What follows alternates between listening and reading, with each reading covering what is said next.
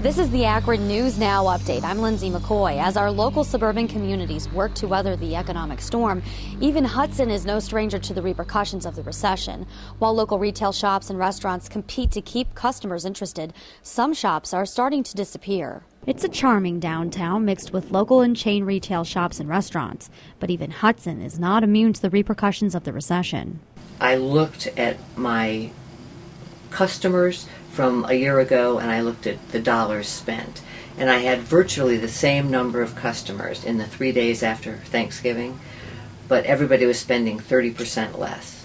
$13.85. With 26 years as a local business owner, Liz Murphy has witnessed shops and eateries struggle to survive. And it does go in waves, and you have times when businesses go out on Main Street and in First and Main, and then somebody else moves in. So after the economy took a hit late last year, that's when Murphy says local business owners, 80 in all, decided to act and form as a team to become the Merchants of Hudson. Murphy says the group has worked together on advertising and planning events to draw larger crowds to the suburban shops. But we're working together to have events and to bring more people to Hudson.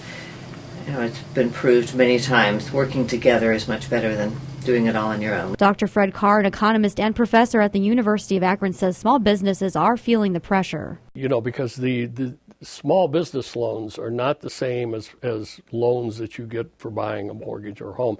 So they are still high for businesses. And that doesn't stimulate businesses to hire or to expand further. And that needs to occur. The property leasing company for First and Main did not return phone calls regarding which shops specifically have shut down for good. At this time, it appears that the once Cali Juice Smoothie Cafe has left the area, along with San Francisco Pizza Oven and 3 other local retail shops. Lindsay McCoy, Akron News Now. Supply and demand at the Akron-Canton Regional Food Bank is high during a sour economy. At the same time, the donations can be a little more scarce. Akron-Canton Regional Food Bank President and CEO Dan Flowers says that they usually can meet the needs of those who depend on donations. Akron News Now's Chris Kepler followed one popular item that you may find on your dinner plate from time to time. Hundreds of thousands of pounds of food pass through the Akron-Canton Regional Food Bank each year.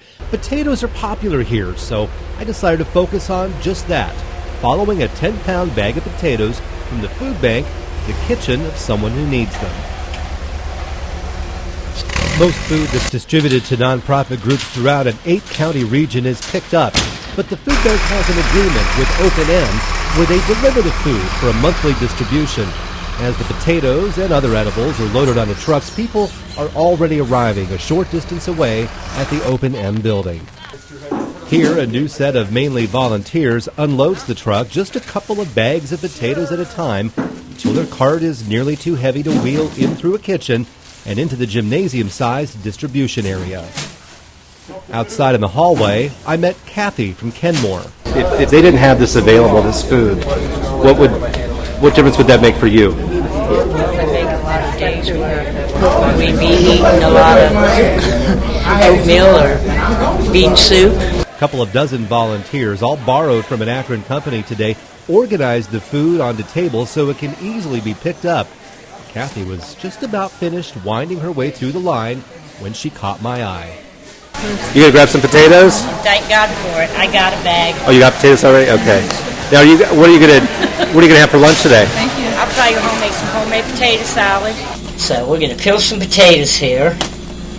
Then after I get these on, sliced and boiling, I will sit down and cut up some celery and onions. And she welcomed me into her home and told me about her family. if you don't stretch, then yeah.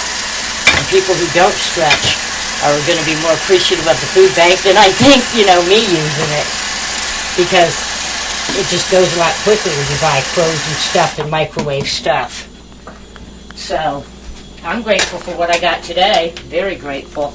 I'm sure my daughter, when she comes down, will be happy with the donuts. I didn't expect to get donuts. Chris Kepler, Akron News Now.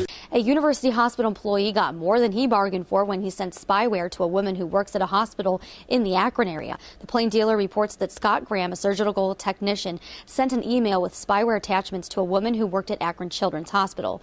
Now, according to the newspaper, Graham was hoping to discover information from her personal computer, but instead, the woman opened the message at her work computer. That's when Graham found access to hospital files regarding patient information and financial documents. He's pleaded guilty to intercepting electronic communications and faces possible prison time. Well, an H1N1 vaccine clinic is scheduled for today in Portage County. If you check out Akron News Now's special flu section, you can find a vaccine near you. This one goes from 3 until 7 o'clock today. It'll be free and given to everyone, first come, first serve. While the nation's capital and much of the East Coast is buried under snow, here in the Akron area, we got lucky with just flurries and a small amount of accumulation over the weekend and into Monday morning. Now, today, our high 32 degrees. You'll see flurries on and off throughout the day. Tuesday, we clear up with a high of 31 degrees. Wednesday, clear skies, but come Christmas Eve, rain showers, a high of 39, and Friday, high of 38 degrees. Rain snow mix is expected for Christmas Day. Continue to follow AkronNewsNow.com for the latest local news. For news online, on demand now. For Akron News Now, I'm Lindsay McCoy.